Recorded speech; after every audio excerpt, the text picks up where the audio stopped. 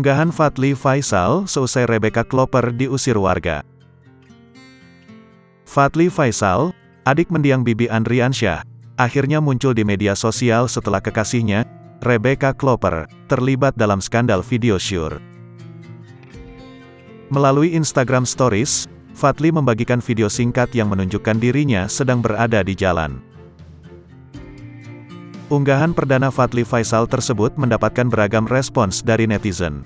Terlebih lagi, Fadly memilih untuk bungkam selama isu video syur Becca terungkap ke publik. Sebagian besar netizen beropini bahwa Fadly lebih baik mengakhiri hubungannya dengan Becca. Di sisi lain, Rebecca Klopper dikabarkan telah diusir dari rumah Fadly Faisal setelah video syur tersebut tersebar. Hingga saat ini, Rebecca Klopper masih belum membuat pernyataan terkait video syur yang berdurasi 47 detik yang mirip dengan dirinya.